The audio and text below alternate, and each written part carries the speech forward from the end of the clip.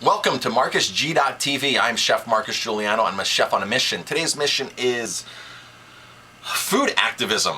A lot of chefs out there love to say they're food activists. They love to call themselves food activists. I call myself a food activist because, man, I want better food. I want better food for you. I want better food for me. I want better food for our planet. Because the better food that our planet has, better food we have, it's just a correlation. If it's good for us, it's most likely good for our planet, okay? When you do bad agricultural practices and you spray pesticides and you have all these chemicals and you're doing monocropping and you're not doing, cover crops and you're using GMOs and all this stuff, if it's not good for us, it's not good for the environment. There's a direct correlation between healthy body and healthy planet. I love that quote because that's actually my quote. I use it all the time. So, farm-to-table restaurants.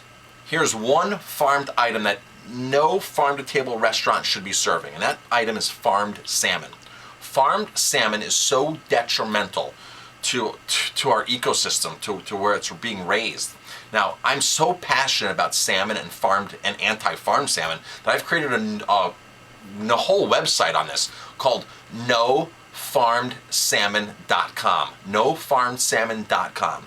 Now, that site debunks organic salmon, debunks the most sustainably farm-raised salmon out there, because you have some of these companies saying, oh, we have the most sustainable salmon. Locke Duhart is a prime example. Locke Duhart claims we have the most sustainable farm salmon in the world. They make these big claims. Well, if you dive into it, and on that site, I have the reports about Locke Duhart. They have mortality containers, mort bins. They're called mort bins. So mort bins are bins that a salmon farm uses to put all their dead fish in. Now, why would a salmon farm have dead fish? And why would the world's most sustainable salmon farms have mortality bins at their places? Because they all have disease. They all have that. They all have mortality rates in fish. And in certain countries like Canada, when a fish farm loses their fish, because they have to kill it because of outbreaks of disease and viruses and flus, when they get outbreaks, okay, they have to kill off all the fish. Well, Canada, they've got it made because the Canadian government gives them full value for all the fish they lose. They don't need insurance. They got the Canadian government. Up to $25 million of taxpayers' money goes to fund these salmon farms when they lose fish. But yet, I've heard in one video that I have posted on that site that the locals are upset because they can't even afford a librarian in town, and you're going to pay the salmon farm on the bay there, right there in our town, $25 million when they lose fish? Really? It doesn't make sense. So, no matter how sustainable they claim they are, the fish have no migratory pattern. They don't eat a natural diet. They don't have the instincts to go back and spawn at their natural birthing place, okay? These are all so important in the evolution of fish, and especially salmon, and the health of the salmon. It's just so important. The omegas, so when you look at farm salmon, the omegas, they say, oh, we have high omegas, but the whole fish is 2 to 3, 4 times fattier than the wild fish would be to begin with. So of course you're gonna have omega-3s, more omega-3s, so you're gonna have all more of every other oil in there because the fish is just so fatty. You don't need that high of fish fat in your diet. It's just, you don't need it. It's not necessary. You don't need to say, well, I'm getting more omega-3s, so let me increase my PCBs and my dioxin intake as well, because in reality, that's what's happening. Fish store all the toxins in their fat. So when you feed them all this crap, and just recently last year, pig byproducts and chicken byproducts are approved for salmon feed, okay? Now we're just like totally like, what in the world is going on in these salmon farms? Granted, they all don't do that, and some of them claim that, well, we have a great diet, we supplement with spirulina or algae, some kind of algae, and krill or something. Yeah, they might supplement with that, but the fish are not on their natural diet. Now, in a typical salmon farm, a salmon has about the amount of space of two per bathtub. Okay, the organic guys might have 1 per bathtub. That's the density. Okay, and it's just, so when you think that, oh, well, our density is, we have a better denser, we have less density in our salmon, when they say that, well, ask them, well, how much, what is your actual density on your salmon? Ask them what their mortality rate is. Ask them what happens when they have an outbreak of disease. because a lot of this stuff is government knowledge or public knowledge if it's filed with the government. So you can actually go and look at their records and see their mortality and see when they had an infectious disease breakout. Sometimes you can't see it, but other times you can. So, you know, and it varies from country to country. And what happened was Norway, where they started salmon farming in the 70s and into the 80s, when Norway realized that they were destroying the coastline and the bays, these salmon farms, they tightened their regulations up. So what did all these Norwegian international conglomerate companies do? Well, they said, well, we need to find other countries to farm our salmon, right? So they went to Canada because they own the Canadian government. They went to Chile because that's not hard to own them down there. And they kind of branched off all around and said, we need to get places where they're not going to be so strict on us.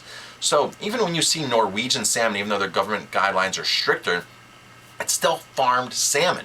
They might say, oh, cold water, and some of the terminology that these salmon farms use, like ocean raised. Well, where else are you going to raise salmon? Mostly all of it's raised in ocean except for the inland contain systems, which really don't exist, which would be the answer to salmon farms and sustainability. Other species are farmed this way, and a very small amount of salmon farms are actually done this way too. But of course they're raised out in an ocean, and so you see ocean raised, right?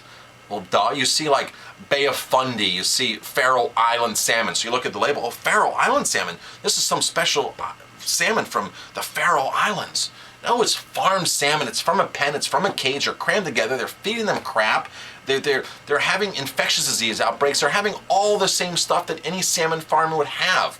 So if you're a chef that's doing a farm-to-table restaurant, I urge you to really take a look at the salmon that you're actually serving in your restaurant. Take a look and don't fall for their quote-unquote, you know, website and all this kind of stuff. You've got to pose the hard questions, and especially if you're claiming you're a food activist, you've got to know your stuff. You've got to know what's going into that stuff, because salmon can be one of the most detrimental things to our environment, to the bay, to the ocean where it's being farmed, because the salmon have to go to the bathroom, right? And for kilometers away from these sites, all that salmon crap just builds up, and up to 1 meter, 2 meters thick on the bottom. Nothing can live on the ocean floor. It's like this white ash, and just nothing can live there. And then these guys start putting chemicals into the water to either kill the fish or treat the fish. And there's been reports of like lobsters dying out in bays in Newfoundland and all over on the northern shoreboard of the United States, because when they treat the salmon, it affects the whole bay. So these guys wake up in the morning, these lobster farmers, and in their lobster pounds, not really lobster farmers, but they go out and catch lobsters and store them in the bay to sell them. All their pens, all their pounds, they call them lobster pounds, in the bays, all the lobsters just die overnight, right? You're like, what in the hell is happening? And the Canadian government's really sneaky about this, because they like, you can use certain drugs that you're really not supposed to use, but they'll give like special permission for the salmon farms to go and just use these drugs, these high-powered drugs that will just kill the bay off. So I urge you to go on to NoFarmedSalmon.com. Check out my site. There's some great documentaries on there. There's a lot of great literature on there. And please, check out your options for wild salmon and even other options like char, which is a much, much better option than farmed salmon any day than typical farmed salmon. So if you're, and again I'm going to say this, and again I'm going to make this video, if you're a farm-to-table restaurant, if you're a food activist, especially if you're farm-to-table, there's no place for farmed salmon in a farm-to-table restaurant. Please evaluate your purchases. If you're a chef, if you're a consumer, please demand better and speak up and say something. I'm Chef Marcus Giuliano. Thank you very much for watching. I enjoy making these videos, so leave your comments and criticisms in the comments below here, and thank you very much.